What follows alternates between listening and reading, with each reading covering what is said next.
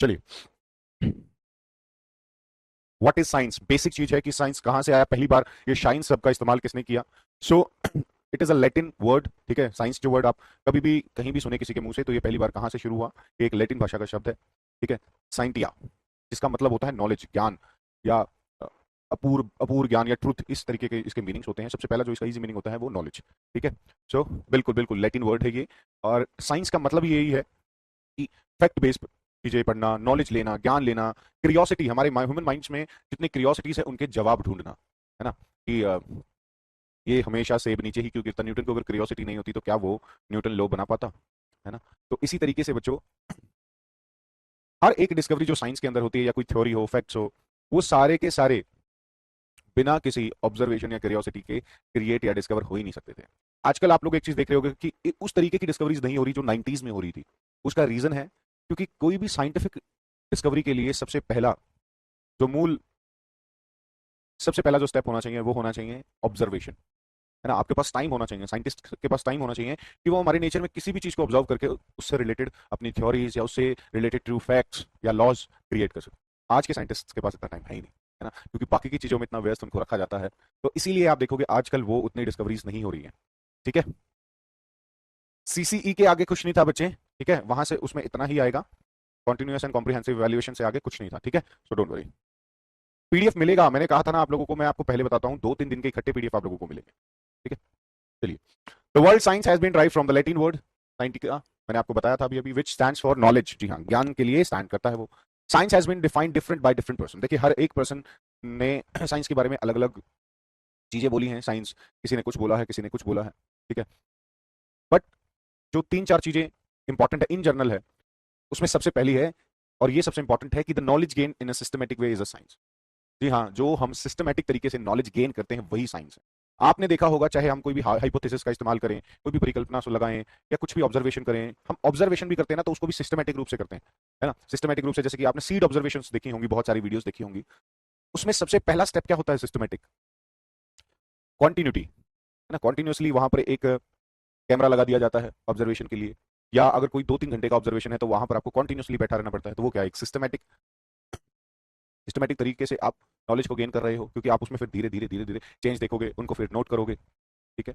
तो in science में generally क्या होता है, जो भी नॉलेज गेन की जाती है वो सिस्टमेटिक तरीके से की जाती है, और एक दूसरे से इंटरलिंक्ड होती है सारी की सारी साइंस, और हमारे अराउंड जितनी भी चीजें हैं वो सब कुछ साइंस के अंदर आती है। तो इसीलिए साइंस एक बहुत ही इंपॉर्टेंट सब्जेक्ट हो जाता है while we talk about other subjects also. जैसे कि मान लीजिए, ये क्वेश्चन काफी बार आता है, लेकिन एसएसटी पेडागोजी के बच्चों के लिए आया था, कई बार आया था, कि जो साइंटिफिक डिस्कवरीज हैं क्या वो हेल्प करती हैं हिस्ट्री को और प्रमाणित करने में? बिल्कुल हेल्प हेल्प करती हैं।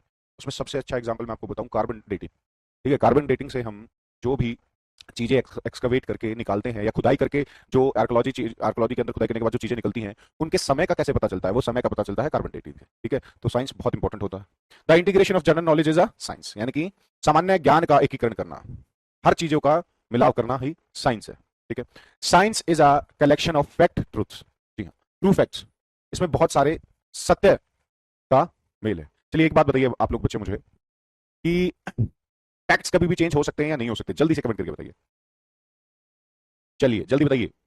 और बच्चों, इतने बच्चों के कमेंट आ रखे हैं, किस बहुत मुश्किल हो जाएगा आप लोगों का जवाब देना, तो लास्ट में आप लोग कमेंट करिएगा। हाँ, पोर्टेबल पीडीएफ मिलेगी, कंप्लीट है दीपिका, बहुत बढ़िया बहुत बढ़िया बहुत बढ़िया। देखा, एक ही क्वेश्चन में सारे बच्चे जाग गए। देखिए, अब लगभग लगभग इस तरीके के क्वेश्चन बहुत कम ही पूछे जाते हैं, लेकिन मैं आपको बता दूं, साइंटिफिक फैक्ट्स भी चेंज हो सकते हैं, अगर अगर कोई दूसरी थ्योरी जो कि एविडेंस के साथ, मेरी बात सुनिएगा, जो कि एविडेंस के साथ उसको चैलेंज करे। नहीं तो साइंटिफिक फैक्ट चेंज नहीं होते, और ऑलमोस्ट चेंज ही नहीं होते। लेकिन ये वर्ल्ड इतना क्रिएटिव है और इतना ह्यूज है, तो कोई भी चीज किसी को टक्कर दे सकती है। बिल्कुल, मैं वही बता रहा हूं, हो सकती है बच्चों, जिसने वो फैक्ट बनाया था उसने भी तो प्रॉपर थ्योरी के साथ उस फैक्ट्स को पेश किया था। लेकिन अगर कोई दूसरा आ जाए तो, है ना, लेकिन उसमें बहुत दिमाग लगेगा, बहुत इंटेलिजेंसी चाहिए होगी, बहुत ज्यादा ऑब्जर्वेशन चाहिए होगी, ठीक है। हो सकता है, ऐसा मत समझिएगा, ठीक है। बाकी हमने इनको सत्य माना है, ठीक। फैक्ट आगे एक्सप्लेन कर दूंगा बच्चों, टेंशन मतलब। अब दो फिलोसफर हैं बड़े इंपॉर्टेंट, आप लोग भी इनको जानते होंगे दोनों को, बीएफ स्किनर को और आइंस्टाइन को। तो ये क्या कहते हैं, साइंस के बारे में। ठीक है, तो स्किनर साहब कहते हैं कि science is a first of all set of attitude, it is disposition to deal with facts rather than someone set. जी हाँ, ये कहते हैं कि साइंस बहुत सारे फैक्ट्स का निचोड़ है, ना कि किसी कही हुई बात का। ये सत्य पर आधारित है, इसमें जितनी भी चीजें हैं वो टेस्टेड है, एक्सपेरिमेंटेड है, प्रमाणित है। ठीक है, ना कि कोई बायस, किसी ने कोई वैसे बात कर दी हो, किसी समूह ने कह दिया हो कि हम तो इस चीज को ऐसे मानते हैं। ठीक है, अच्छा यस, कल की रिकॉर्डेड वीडियो नहीं मिल रही बच्चों, एक बार कमेंट करके बताना सभी को नहीं मिल रही या आपको नहीं मिल रही, तो उसके बाद मैं आज बात करता हूं। ठीक है, चलिए, तो सेकंड है, आइंस्टाइन क्या कहते हैं? Science research for relation which are through to exist independently of the searching individual. विज्ञान उन संबंधों की खोज करता है जिसके बारे में सोचा जाता है कि वो खोज करने वाले व्यक्ति से स्वतंत्र रूप से अस्तित्व में है। मैंने आपको क्या बताया था जो सबसे पहले क्लास स्टार्ट होते ही, कि किसी भी फैक्ट या किसी भी न्यू डिस्कवरी की जो सबसे पहली नीड होती है वो किसी इंडिविजुअल की परिकल्पना होती है, या कोई इंडिविजुअल किसी चीज के बारे में कॉन्टिन्यूसली उसको ऑब्जर्व कर रहा है, उसको सोच रहा है। ठीक है, तो आइंस्टाइन भी यही कहते हैं, यह है किसी इंडिविजुअल के थॉट्स होते हैं जो कि प्री एग्जिस्टिंग नॉलेज के ऊपर वो ट्रुथ की फाइंडिंग करता है। मिल गया? चलिए, नेचर ऑफ साइंस, या बोल सकते हो आप इसको, किस तरीके का नेचर होता है साइंस का। देखिए, हमारे आसपास इतनी सारी चीजें हैं और हम सभी को हर चीज की नॉलेज नहीं होती। ठीक है, तो जो ये हमारे मन में क्रियोसिटी होती है ना किसी चीज को जानने की, ठीक है, और उसके बारे में खोजबीन करने की और उसके बारे में कुछ पता लगाने की, यही साइंटिफिक नेचर होता है। The human being have always curious to know mystery existing around them. हमारे आसपास जो भी चीजें घट रही हैं उनके पीछे क्या मिस्ट्री है, इसीलिए हमें अभी इतनी सारी चीजों का पता चल गया है कि हमने बहुत सारे फैक्ट्स बना दिए हैं, बहुत सारे लॉज बना दिए हैं, है ना। अब बाकी स्पीशीज को देखिए, जानवरों को क्या पता अभी कि लॉज क्या होते हैं, फैक्ट्स क्या होते हैं, सिर्फ ह्यूमंस को ही पता है, क्योंकि हमारे माइंड में ये क्रियोसिटी होती है, हमें जानना होता है कि हमारे अराउंड जो चीजें घटित हो रही हैं वो क्यों हो रही। ठीक है, तो एक बार नेचर ऑफ साइंस में किसी को डाउट तो जल्दी पूछ लीजिए, फिर आगे चलेंगे।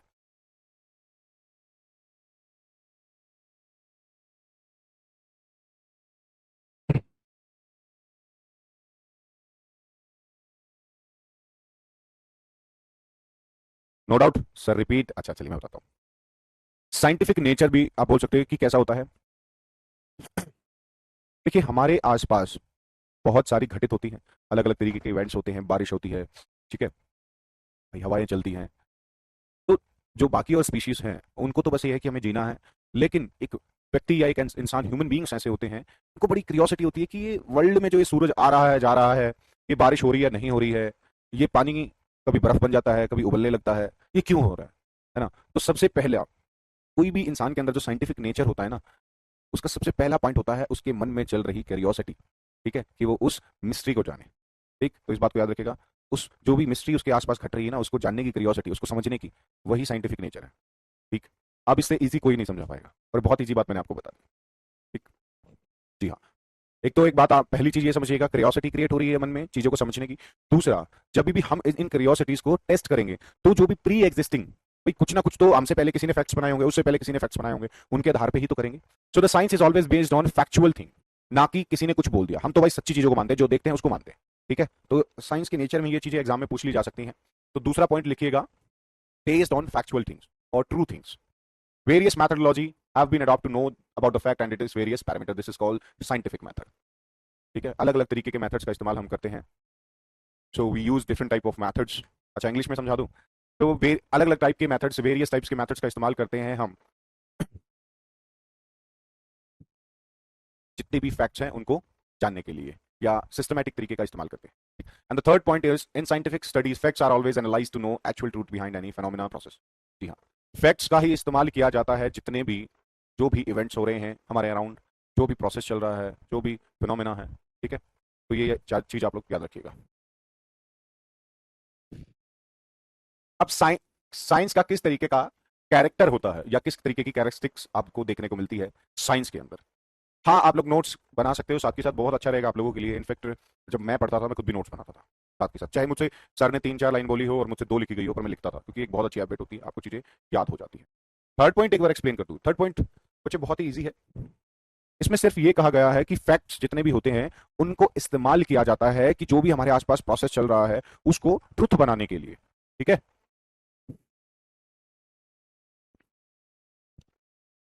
चलिए अब कुछ बेसिक कैरेक्टरिस्टिक्स को हम पढ़ेंगे साइंस के अंदर।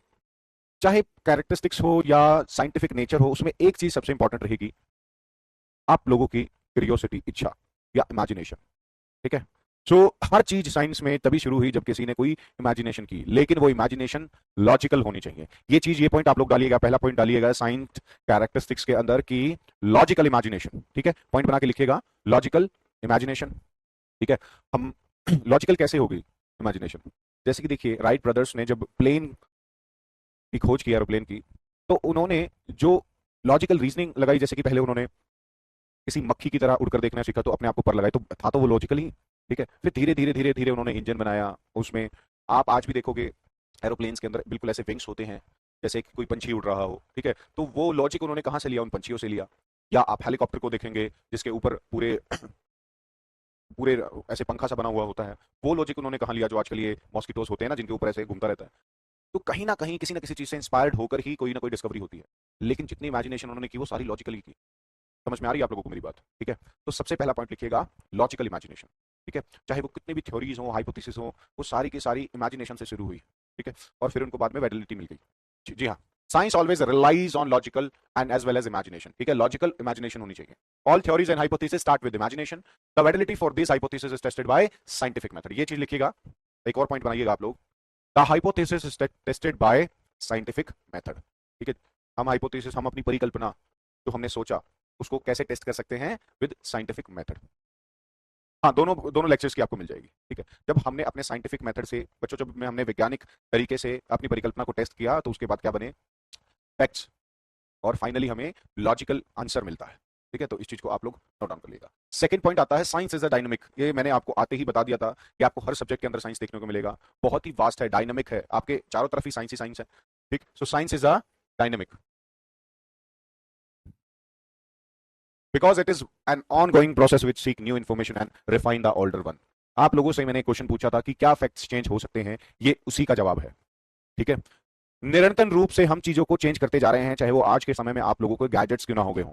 ठीक है। हर साल उसमें नई इंफॉर्मेशन, नई तकनीक। क्या कभी किसी ने जब पहली बार फोन देखा होगा, वो जो तार वाले फोन होते थे, क्या कभी किसी ने सोचा था कि ये फोन आपकी लाइफ का इतना अभिन्न अंग बन जाएगा, इसमें आप सारे काम कर सकेंगे, कंप्यूटर तक के काम कर सकेंगे, इसको आप फोल्ड कर सकेंगे। तो देख सकते हैं आपकी कैसे कैसे चीजें चेंज हो रही हैं। तो इसी प्रकार से, लेकिन उसके ऊपर मेहनत लगती है, ऑब्जर्वेशन लगती है। मैं वही आपको बात बता रहा हूं, आज के समय में जितने भी साइंटिस्ट हैं वो किस चीज पर काम कर रहे हैं? वो ज्यादातर ह्यूमन बींग्स के लाइफस्टाइल को इजी बनाने में काम कर रहे हैं, ना कि नेचर में जो चीजें एग्जिस्टिंग है उनको, उनके ऊपर लॉज बनाने में या उनको ऑब्जर्व करने के लिए। ठीक है। समय लगता है किसी चीज का लॉ बनाने में, फैक्ट बनाने में, किसी ट्रुथ को चैलेंज करने के लिए आपको एविडेंस चाहिए। ठीक है। तो साइंस बहुत ही डायनेमिक है और चीजें रिफाइन होती रहती है इसके अंदर, और ओल्डर वन को चेंज करती रहती है। ये पॉइंट डालिएगा, साइंस की कैरेक्टरिस्टिक्स। तो देखिए कितनी इंपॉर्टेंट कैरेक्टरिस्टिक आपको पता होनी चाहिए। दूसरा, mystery can be unrevealed with the scientific method. वही बात होगी, जो भी हमारे अराउंड मिस्ट्रीज होती हैं उनको अनरिवील्ड किया जाता है साइंस के साइंटिफिक मेथड्स के द्वारा। ठीक है। बहुत ही अच्छा पॉइंट है, इस पॉइंट को नोट डाउन कर लीजिएगा। साइंस अवॉइड बाइसेस, कि किसी व्यक्ति ने कोई बात कही, बायस्ड है कोई व्यक्ति किसी चीज को लेकर, साइंस ऐसा नहीं है। वो ट्रुथ बेस्ड या एविडेंस बेस्ड उसमें काम किया जाता है। ठीक है। इस चीज को भी लिखिएगा कि साइंटिफिक थ्योरीज जो होती है वो बायस्ड नहीं होती है, वो बायस्ड को अवॉइड किया जाता है साइंस में। इसमें इससे आगे कुछ आपको इतना ज्यादा पढ़ने की जरूरत नहीं है। जी हाँ, science is useful for human kind. जितनी भी हम साइंटिफिक डिस्कवरी कर लें, चाहे नासा में कोई भी डिस्कवरी हो रही हो, ठीक है, तो वो भी किस चीज के लिए की जाती है? ह्यूमन काइंड के लिए, हम लोगों के लिए। चाहे कोई एस्ट्रॉइड हमारी पृथ्वी से टकराता हो, उसको रोकने के लिए नासा ने कोई भी डिस्कवरी की हो, या कोई भी तरीका निकाला हो उसको बाहर की बाहर डिस्ट्रॉय करने का, तो ये सारी चीजें हम ह्यूमन काइंड के लिए की जाती हैं। चाहे फोन की डिस्कवरी हो गई हो, आपका रेडियो होगा, वो आज के लिए प्लेन हो गए हैं, आपके गाड़ियां हो गई हैं, ये सारी क्या है? ये सारी हमें सुख सुविधा प्रदान करती हैं। ठीक है। लेकिन जब भी ये शुरू हुई तो ये क्या थी? ये किसी की इमेजिनेशन थी कि ऐसा किया जा सकता है, लेकिन उसने वो इमेजिनेशन भी लॉजिकली की, इसीलिए वो वहां तक पहुंच पाया। ठीक है। मिल जाएगी बच्चे, आप लोगों को मिल जाएगी रिकॉर्डेड भी। यहां तक किसी बच्चे को कैरेक्टरिस्टिक्स में कुछ समझ नहीं आया तो एक बार जल्दी से बता दीजिए, फिर आगे चलते हैं।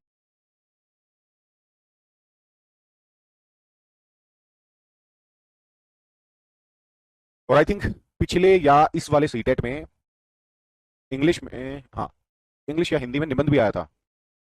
विज्ञान वरदान है या भक्षक, ऐसा कुछ करके था, मेरे को याद। अच्छा, थर्ड पॉइंट रिपीट कर दो।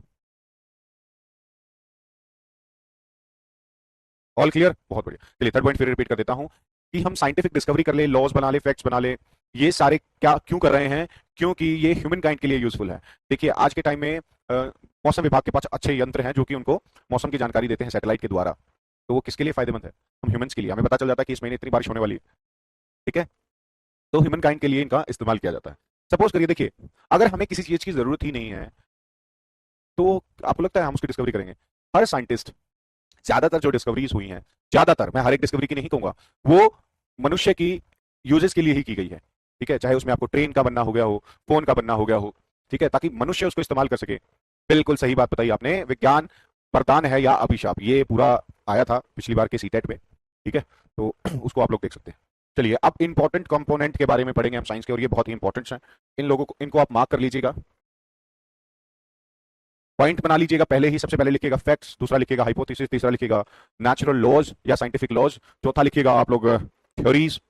ठीक है, जल्दी जल्दी एक बार पॉइंट्स बना लीजिए। फैक्ट्स बनाइए पहला पॉइंट, दूसरा पॉइंट बनाइएगा हाइपोथेसिस, तीसरा बनाइएगा नेचुरल लॉज, डाटा और थ्योरी। फिर हमें पढ़ना है कि एनसीएफ क्या कहता है साइंस के बारे में, जल्दी से।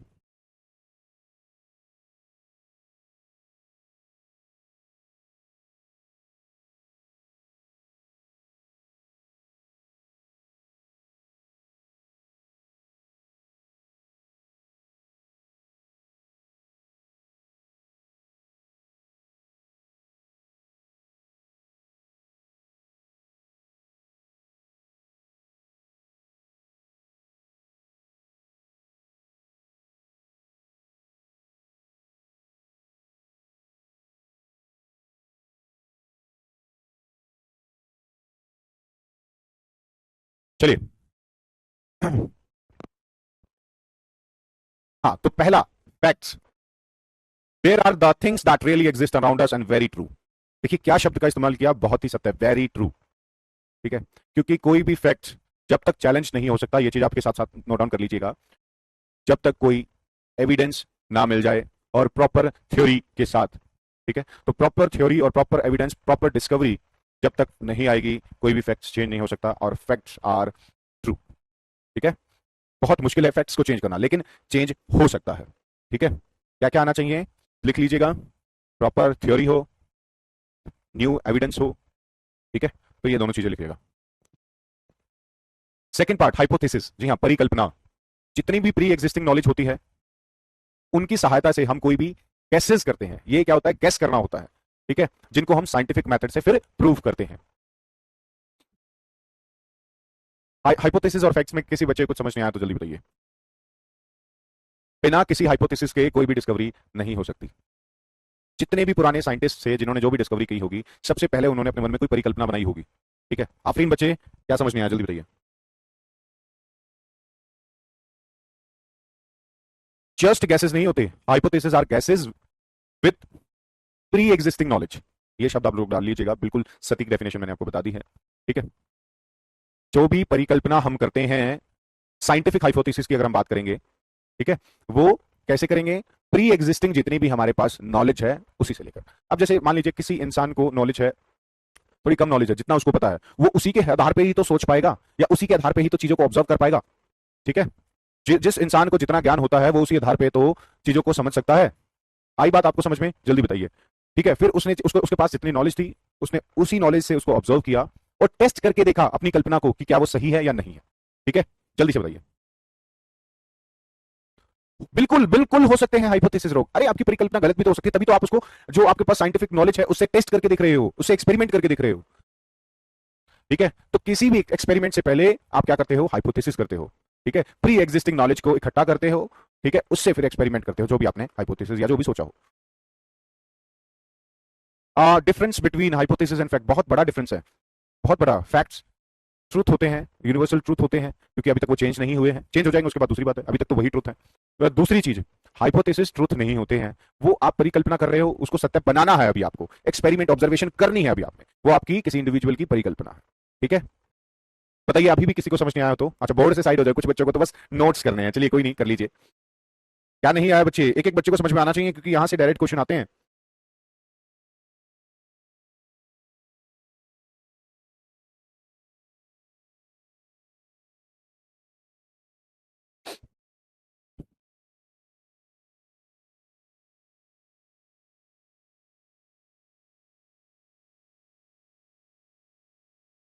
जल्दी, अंडरस्टूड, चलिए बहुत बढ़िया। हाँ, आप बाद में नोट्स बना सकते हैं बच्चे, मैंने तो नहीं कहा कि आप अभी बनाइए। ठीक है। अब data it's a numerical form. जितनी भी चीजें आप देख रहे हो अपने आसपास, चाहे कोई आप वेट मेजरमेंट कर रहे हो, चाहे हाइट मेजरमेंट कर रहे हो, चाहे किलोमीटर मेजरमेंट कर रहे हो, या डिग्री सेल्सियस मेजरमेंट कर रहे हो, फ़ारेनहाइट मेजरमेंट कर रहे हो किसी चीज का, वो सब क्या है? एक डाटा है। Data is the numerical form of fact. ये इतना ही लाइन आप लोग लिखिएगा। ठीक है, इससे आगे ज्यादा लिखने की जरूरत नहीं है। बिल्कुल सही आतुतोष कुमार, बिल्कुल सही आपका। अच्छा लगता है बच्चे जब अपने थॉट्स को पेश करते हैं। मुझे इंटरेक्शन करना बहुत अच्छा लगता है बच्चों के साथ। ठीक है, क्योंकि उससे टू वे कम्युनिकेशन होता है और वही होना बहुत जरूरी है क्लास के अंदर। कई बार दो क्लासेस भी लगते हैं बच्चे। ठीक है। डाटा न्यूमेरिकल फॉर्म में फैक्ट। जी हाँ, data is the numerical form of the fact. Facts की और भी सारी चीजें होती हैं, लेकिन डाटा क्या है? उसकी एक न्यूमेरिकल फॉर्म है। जैसे कि मान लीजिए हमें किसी व्यक्ति का वेट मापना है, तो उसकी न्यूमेरिकल फॉर्म क्या होगी? केजीज के अंदर होगी। ठीक है। Third point, explain third data, complete data. अच्छा, टेम्परेचर ऑफ द पर्सन, बिल्कुल। डाटा में किसी बच्चे को कोई दिक्कत है तो जल्दी बताइए, बहुत ईजी है। चलें, फिर आते हैं आपके नेचुरल लॉज। जी हाँ, नेचुरल लॉज। यहां पर भी, इस क्वेश्चन पर भी बहुत डिबेट हो सकती है कि क्या साइंटिफिक, चाहे इसको आप साइंटिफिक लॉज बोल दो चाहे नेचुरल लॉज बोल दो, बात तो एक ही है। ठीक है, कि क्या ये चेंज हो सकते हैं? देखिए, साइंस ये कहता है कि जो हम लॉज बनाते हैं या फैक्ट्स बनाते हैं, वो प्रॉपर एविडेंस के साथ हम बनाते हैं, लेकिन वो भी चेंज हो सकते हैं अगर कोई दूसरा एविडेंस उनको चैलेंज करे। ठीक है, अदरवाइज इट इज ट्रुथ। ठीक है, तो आप इस चीज में कंफ्यूज ना होइएगा। ठीक है, आप फैक्ट्स को और लॉज को ट्रुथ मानिएगा।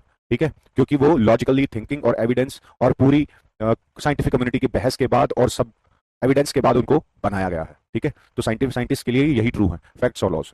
ठीक है, लेकिन ऐसा क्वेश्चन आया नहीं है अभी तक, आ जाए तो चेंज हो सकते हैं। और अगर वहां पर ऑप्शन में लिखा हो with proper evidence, proper new theory, proper experiment. ठीक है, चलिए। Natural laws, these are phenomenal theory discovered by empirical generalisation of data. These are confirmed. देखिए शब्द आ गया ना, दीज आर कंफर्म्ड।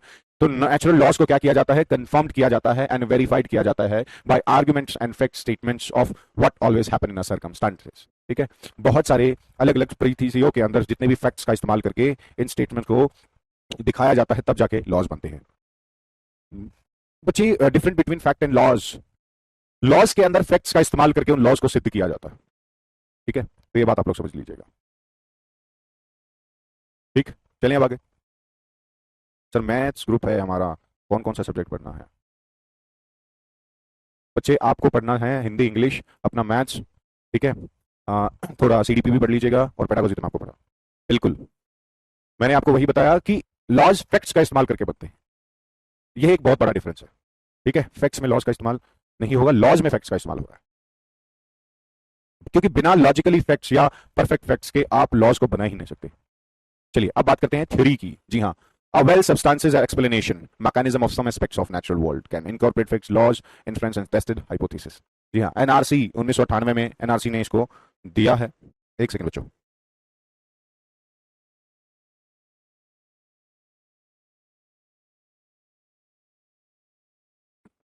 अब थ्योरी जो है बच्चों, थ्योरी के अंदर सारी चीजें आ जाती हैं। थ्योरी के अंदर हम इस्तेमाल करते हैं नेचुरल लॉज का, फैक्ट्स का, हाइपोथेसिस का, डाटा का। ठीक है, तो इसीलिए सबसे लास्ट में है। हिंदी में एक्सप्लेन कर दीजिए, कौन सा बताइए बच्चों। ठीक है, नेचुरल लॉज। देखिए बच्चों, जितने भी नेचुरल लॉज आपने देखे होंगे या जो भी नेचुरल लॉज बनते हैं, वो फैक्चुअल बेस होते हैं। फैक्चुअल स्टेटमेंट होती है, ट्रूथ स्टेटमेंट्स पर पूरा तरीके से डिस्कशन करने के बाद लॉज बनाए जाते हैं। जैसे कि न्यूटन का लॉ, सबसे इजी मैं आपको एग्जांपल बता देता हूं। ठीक है, तो न्यूटन ने कहा कि सेब ऊपर से गिरता है। ठीक है, नीचे ग्रेविटी है, कुछ एनर्जी है जो उसको खींचती है। ठीक है, तो वो जब लॉ बना होगा जब लोगों ने उसको ऑलमोस्ट हर तरीके की सिचुएशंस में गिरता हुआ देखा, है ना? तो वो क्या हुआ, अलग अलग एनवायरमेंट या अलग अलग कंडीशन या अलग अलग सरकमस्टांसेस। ठीक है, जो कि लॉज हमेशा, देखिए लॉज को कैसे वेरीफाइड किया जाएगा? Verified bye argument and factual statement of what always happen in a certain certain circumstances. अगर उसी तरीके की परिस्थितियां दोबारा बनेगी तो ये चीज घटित हो सकती है, यही लॉज है। ठीक है, समझ में आया? अब इसमें कोई डाउट हो तो जल्दी बताइए। जल्दी बच्चों।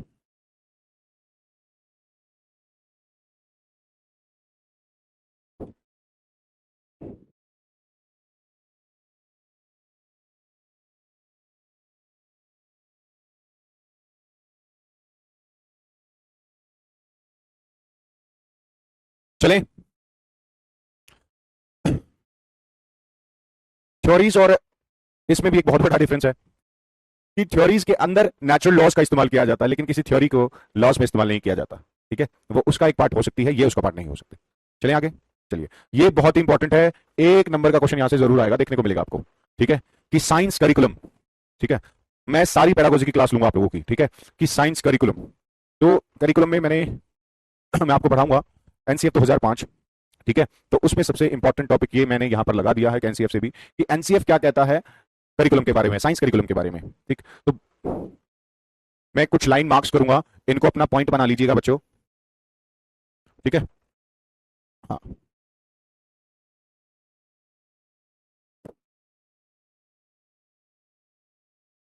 एनसीएफ 2005 के अनुसार किस तरीके का वैज्ञानिक शिक्षण होना चाहिए स्कूलों के अंदर। ठीक है, तो उसमें सबसे पहला पॉइंट डालिएगा ट्रू टू चिल्ड्रन। ठीक है, ट्रू टू चिल्ड्रन, बच्चे के प्रति सच्चा। अब बच्चे के प्रति साइंस कैसे सच्चा होगा वो देखिए। It means the content of science will teach to them should be understandable, meaningful and enjoyable.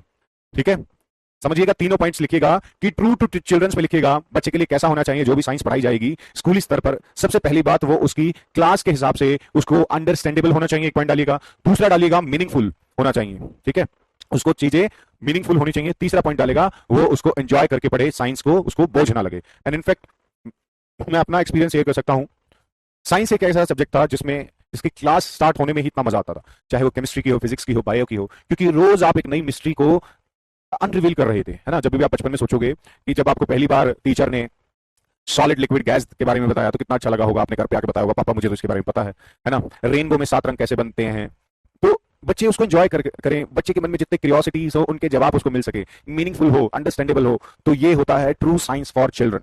ये पॉइंट आप डालिएगा। ठीक है, सेकंड पॉइंट लिखिएगा, जी हाँ बिल्कुल बच्चे, बहुत इंटरेस्टिंग होता है साइंस और बहुत मजा आता है। बचपन में तो सभी सोचते थे कि हम साइंटिस्ट बनेंगे, बट ऐसा नहीं होता। धीरे धीरे धीरे जब हम ज्ञान प्राप्ति कर लेते हैं साइंस का, तो सोचते हैं कि चलो कुछ और ही करेंगे, साइंटिस्ट वाइंटिस्ट तो पागल होते हैं, है ना। चलिए, ट्रू टू लाइफ। जी हाँ, नेक्स्ट पॉइंट डालिएगा, true to life. The science will teach should related to the their environment. जी हाँ, आपने बहुत बार ये चीज सुनी होगी कि बच्चों के जीवन से जोड़कर चीजों को पढ़ाया जाए। ठीक है, या लाइफ आउटसाइड द स्कूल कैसी होनी चाहिए उससे पढ़ाया जाए बच्चों की। ठीक है, तो जो भी बच्चे के आसपास का एनवायरनमेंट है, साइंस को उससे जोड़कर पढ़ाया जाए ताकि बच्चे को वो सही लगे, उसके जीवन से रिलेटेड ही चीजों को मिलाकर पढ़ाया जाए। ठीक है, proper them with the world of work, it should address them their worry about the life and concern regarding sustainable development and conservation the environment. ठीक है, पर्यावरण से संबंधित होना चाहिए, दुनिया में कैसा चल रहा है। तो इसलिए आपने देखा होगा बचपन में वाटर पोल्यूशन के बारे में पढ़ाया जाता था ईवीएस में। क्यों पढ़ाया जा रहा है, पोल्यूशन के बारे में पढ़ाया जा रहा है, क्यों पढ़ाया जा रहा है, ताकि बच्चे समझें।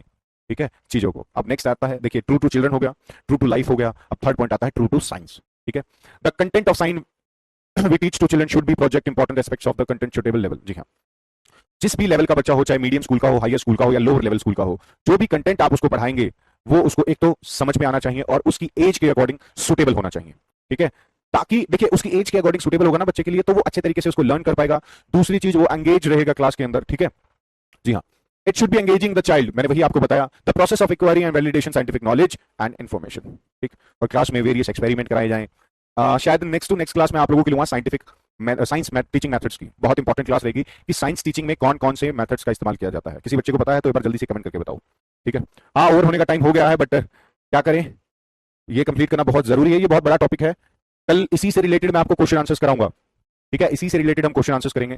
प्रोजेक्ट मेथड बहुत बढ़िया। अच्छा, और नहीं, जो बिल्कुल एक साइंस का एक बहुत ही इंपॉर्टेंट मेथड कौन सा है, चलिए जल्दी बताइए, इनको आराम से फिर कल करेंगे बाकी चीजों को पूरा। चलिए, मैं वेट कर रहा हूं, जल्दी से कौन बच्चा बताएगा कि साइंटिफिक मेथड्स के अंदर सबसे important laboratory method, demonstrate method. जी हाँ, हिमानी शाश्वत, सिमरन कौर। देखिए, वैसे तो सारे मेथड्स इंपॉर्टेंट होते हैं, ठीक है, discovery method is also important, लेकिन when we talk about teaching, है ना, साइंस टीचिंग की जब हम बात करते हैं तो वहां पर सबसे इंपॉर्टेंट मेथड आ जाता है लेक्चर कम डेमोन्स्ट्रेशन। जी हाँ, Sehrawat, okay, very good, I am also Sehrawat. हाँ, तो नेक्स्ट क्या आता है, सबसे इंपॉर्टेंट जो मेथड रहता है वो रहता है लेक्चर कम डेमोन्स्ट्रेशन। अब लेक्चर कम डेमोन्स्ट्रेशन इसीलिए इंपॉर्टेंट हो जाता है बच्चों, क्योंकि वहां पर आप एक तो बच्चे को लाइव एग्जांपल दिखा रहे हो डेमोन्स्ट्रेट करके, और बहुत ही कम खर्चे में आप पूरी क्लास को डेमोन्स्ट्रेशन करके वो एक्सपेरिमेंट सा करा के दे रहे हो। ठीक है, और बच्चे को वो समझ भी आ रहा है, साथ के साथ आप लेक्चर भी दे रहे हो, है ना। एक्सपेरिमेंट प्रैक्टिकल मेथड अच्छे होते हैं, लेकिन वो बहुत ही ज्यादा टाइम कंज्यूमिंग होते हैं। ठीक है, क्या जा रहा है बच्चे, ईशु कुमारी, ईशु कुमार दोबारा बताइए। ठीक है, तो आज इतना ही इसको करेंगे, कल यहीं से इसको स्टार्ट करेंगे, और कल हम कम से कम नेचुरल लॉ से 20 से 30 क्वेश्चन करने वाले हैं। ठीक है। और 20 से 30 क्वेश्चन करेंगे हम, और उनमें से लगभग लगभग सारे ही क्वेश्चन आपके प्रीवियस ईयर के होंगे। ठीक है, तो सारे के सारे बच्चे कल टाइम से ज्वाइन करिएगा, 7 बजे करेक्ट क्लास में स्टार्ट कर दूंगा। इसको आगे कंटिन्यू करेंगे, 10 मिनट में ये कंप्लीट हो जाएगा। उसके बाद हम नोट्स आ जाएंगे आपके, आज या कल, कल में मिल जाएंगे आप लोगों को नोट्स का, आप टेंशन मत लीजिए। ठीक है, और किसी को बच्चे को कोई डाउट हो तो एक बार जल्दी बता दीजिए। ठीक है, क्योंकि बीच में बच्चों में आप लोगों के कमेंट नहीं देख पाता हूँ, क्योंकि हंड्रेड्स ऑफ कमेंट्स आते हैं, बट मैं कोशिश करता हूँ देखने की। और जो बच्चा बड़ा कमेंट लिखता है, मैं सबसे ज्यादा ध्यान उस पर जाता है, पर वो इतनी जल्दी नीचे चला जाता है, मैं उसको पूरा पढ़ भी नहीं पाता। बायस का सिंपल मीनिंग है बच्चे, किसी चीज के प्रति बायस्ड। अब मैं कैसे बताऊं आपको, किसी चीज को सच मानना, किसी चीज पर बिलीव करते रहना, और चाहे वो एक तरफा, मतलब मेरे को ये बात माननी है तो माननी है, मैं बायस्ड हूं, कोई मेरे सामने कुछ भी ले आए। ठीक है, जैसे कि मान लीजिए कुछ लोग मानते हैं कि भूत होते हैं। ठीक है, अब वो एक बहुत बड़ा टॉपिक हो जाता है कि होते हैं नहीं होते। ठीक है, लेकिन कुछ लोग मानते हैं तो मानते हैं, भाई मैं बायस्ड हूं, मैं एक तरफा मानता हूं तो मानता हूं, तो वो वाली चीजें। ठीक है, चलिए कल क्वेश्चन आंसर्स में मैं आपको बहुत अच्छे तरीके से आप समझ पाओगे इनके बारे में डिफरेंस, क्योंकि इन्हीं से रिलेटेड क्वेश्चन आंसर्स आएंगे। ठीक है, क्योंकि अभी टाइम ज्यादा हो जाएगा। चलिए नेक्स्ट, और भी बहुत सारी क्लासेस लेनी होती है मेरे को। चलिए, राम राम, नमस्कार आप लोगों को, कल फिर मिलते हैं।